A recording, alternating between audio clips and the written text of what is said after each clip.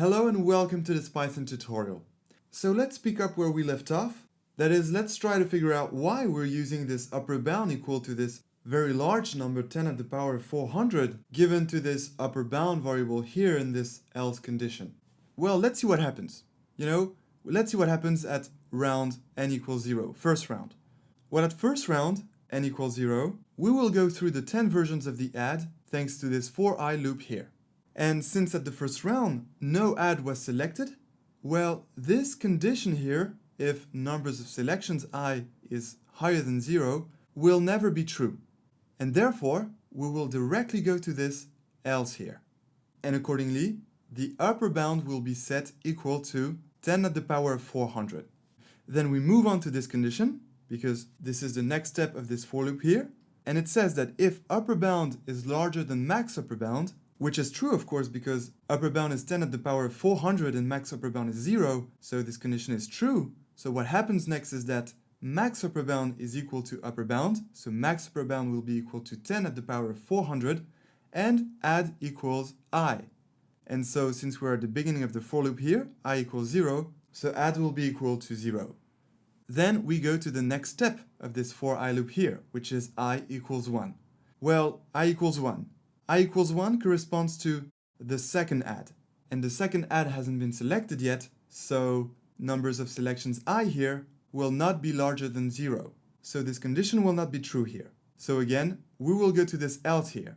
And therefore upper bound will be equal to 10 to the power of 400. And then we go to this if here. So now let's see if this condition is true. Upper bound is equal to 10 to the power of 400. And remember from the previous round, max upper bound was set equal to 10 at the power of 400 because it was set equal to upper bound.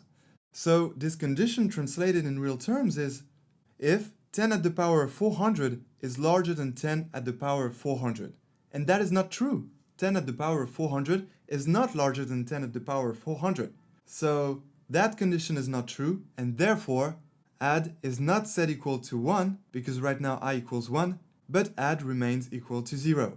And that's why at the first round, for n equals 0, the add that will be selected is add equals 0. You can try with the other values of I here. Upper bound will always be equal to 10 at the power of 400, and max upper bound will stay equal to 10 at the power of 400, so therefore this condition will never be verified for the 9 remaining adds here, and therefore we keep this add equals 0.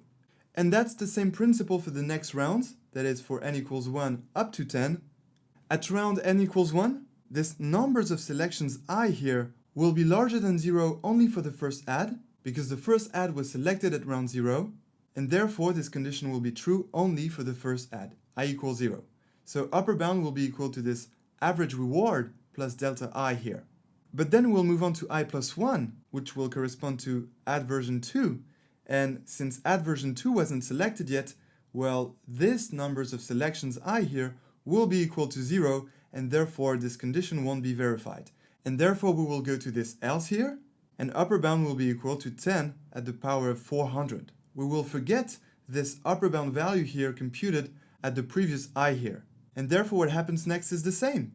Upper bound will be larger than max upper bound because max upper bound was equal to the upper bound at the previous I, and the upper bound at the previous I was average reward plus delta I, which is of course lower than this 10 at the power of 400, and that's why, by the way, we set it to a very large value. It's in order to have this upper bound here lower than this 10 at the power of 400, and therefore max upper bound will be 10 at the power of 400, and we will select add equals I, that is add number 2.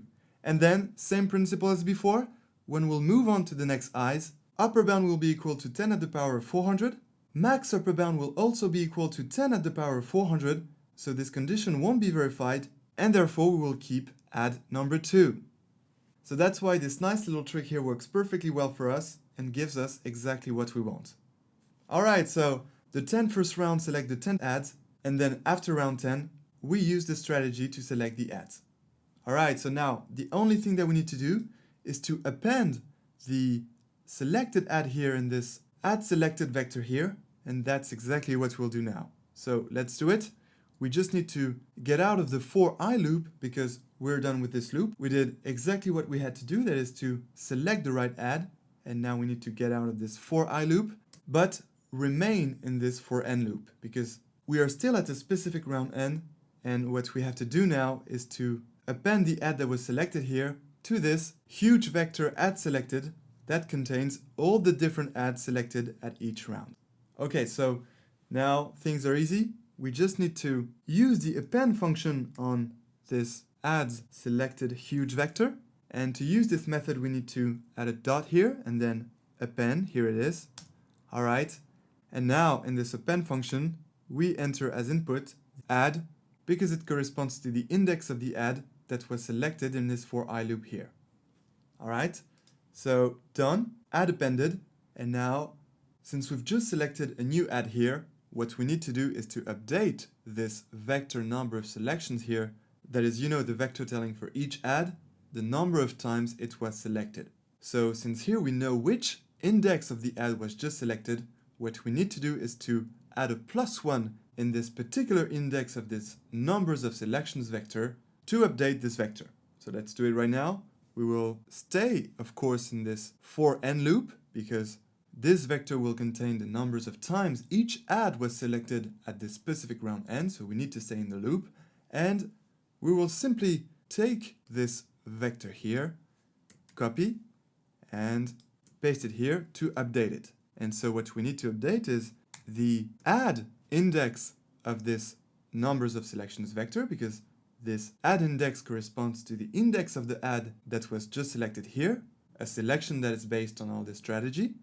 And so what we simply need to do is increment by 1 this vector here. So we will copy that again, copy, equals, paste, and then a little +1 here.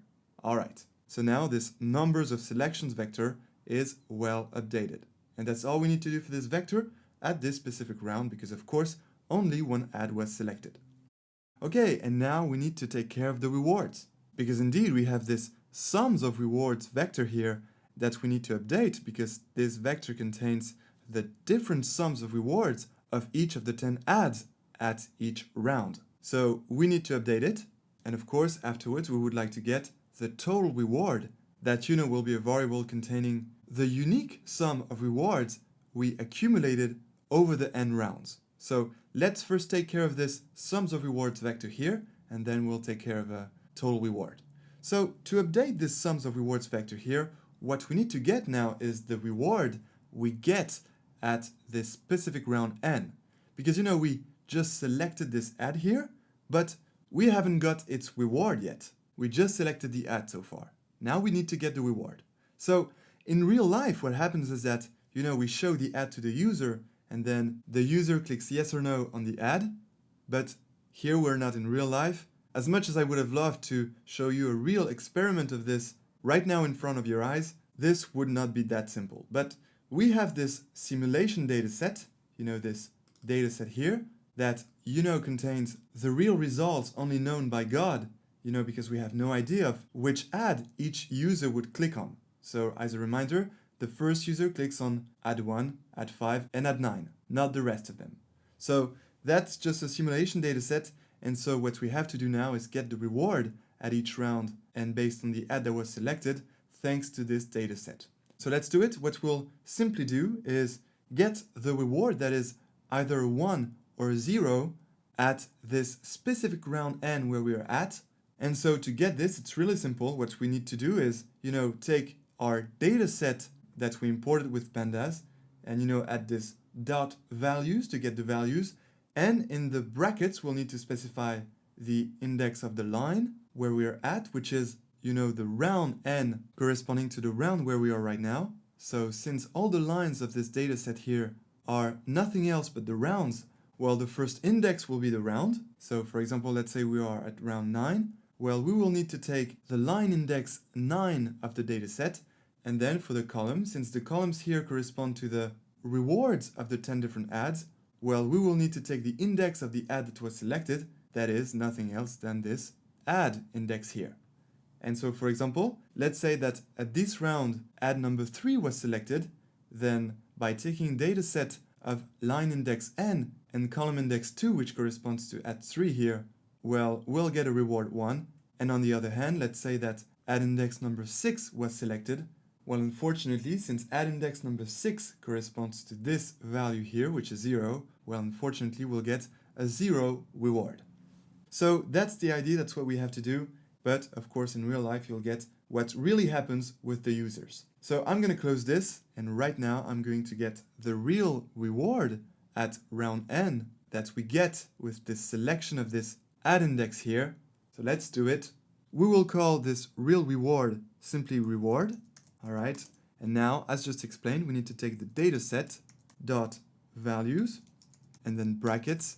Then we need to take the index of the line that corresponds to round n, so n here, and then we need to take the index of the column that corresponds to the index of the add that was just selected. So it's add here, and that's all. We simply get the real reward at round n for the specific selection of this add by using this. Okay, so great. We've just got the real reward, and now we can update this sums of rewards vector here that, as a reminder, gives the sums of rewards of each of the 10 adds at each round n. So we will take this, copy, and then just below we will increment this vector. And of course we need to take the add index of this vector because only the add that was selected at this specific round n will have its sum of rewards changed. So that's the only sum of rewards we need to update. And therefore what we need to do is to increment it by the reward, not by 1 of course, only by the reward because the reward is either a 0 or a 1. So equals here, and then we take that again, and then plus reward. So if we got a 0 reward, the sum of rewards for this specific add won't change, and if the reward equals 1, this sum of rewards for this specific add will be incremented by 1. Okay? And now we just have to do one last thing. It's of course to get the total reward accumulated over the n rounds. Well, the total reward is not very interesting for us at any round n, but at the last round n, that is at the 10,000th round, because we will compare it, of course, to the total reward we got with this random selection algorithm, which, as a reminder, was 1,200 on average. So that's why we're very excited to find out about this total reward, but at the end of the 10,000 rounds. So, of course, we need to initialize this total reward variable because, we are updating it at each round. So we need to give it initial value like in physics.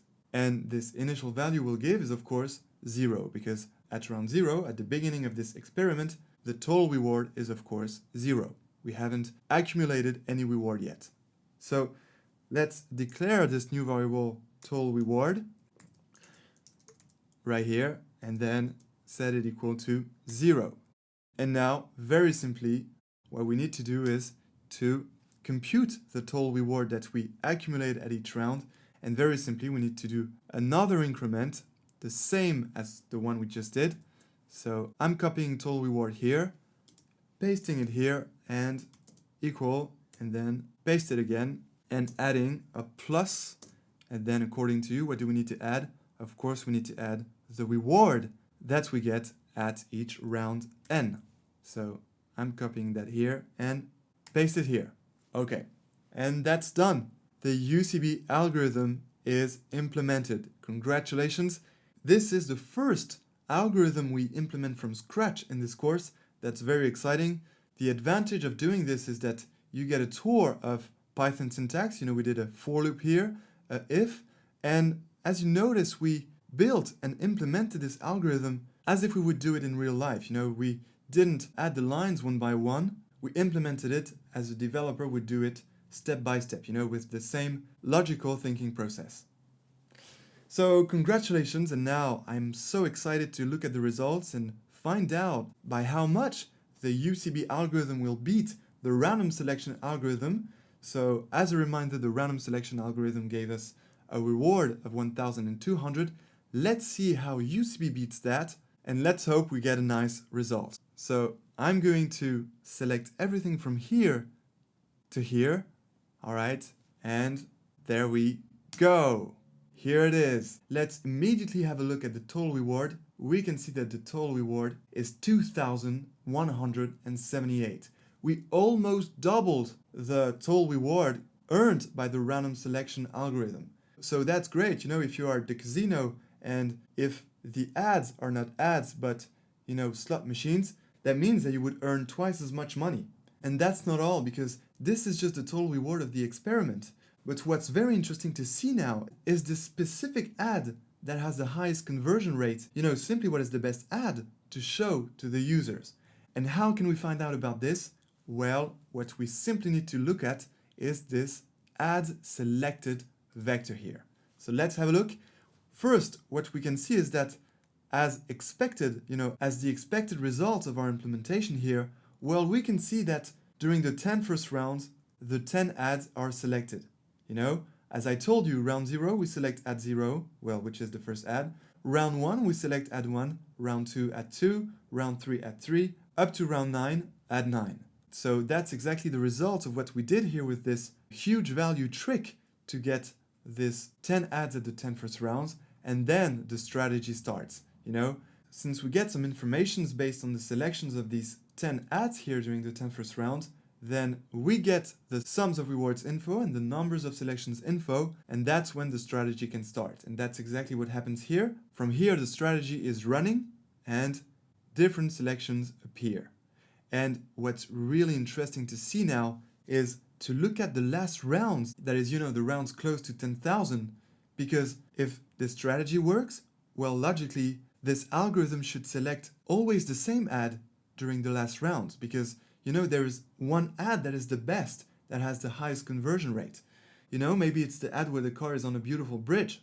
So there is this winner ad that we don't know, of course, but that what this ad selected vector will tell us if we look at the last round. So let's do it. We will go down and down and down. Okay, here we go. So as you can see, as I'm going down, it appears that there are more and more 4 at the different rounds. As you can see, there are more and more 4 that we are selecting at each round. And if I go down again and go down more and more, well, we get even more 4. And at the last rounds, that is during the last 1,000 rounds, well, we get only 4. As you can see, we get only 4 here.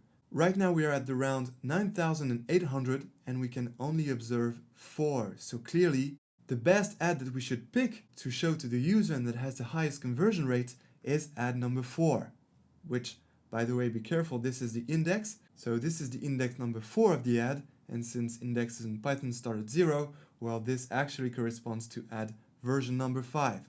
So great! Not only we almost doubled the total reward with this 2,178 total reward, but also we get to know what is the best ad to show to the users. And of course, we're interested in both. We're interested in knowing what's the best ad, but also to optimize this total reward here, because, experimenting this placements of these ads on the social network costs money. And, as said at the beginning, we have a limited budget, and that's generally the case for departments of marketing or any business. We have a limited budget, so we need to optimize this total reward here to compensate the costs and hopefully already earn some money. So these 2 results are very important. And so thank you very much to this UCB algorithm. So I'll press OK now. And now, as usual, as promised, we will finish this UCB algorithm section with the last step, the exciting step about visualizing the results. And simply what we'll do is plot a histogram showing for each ad the number of times it was selected. So we'll do that in the next tutorial. And until then, enjoy machine learning.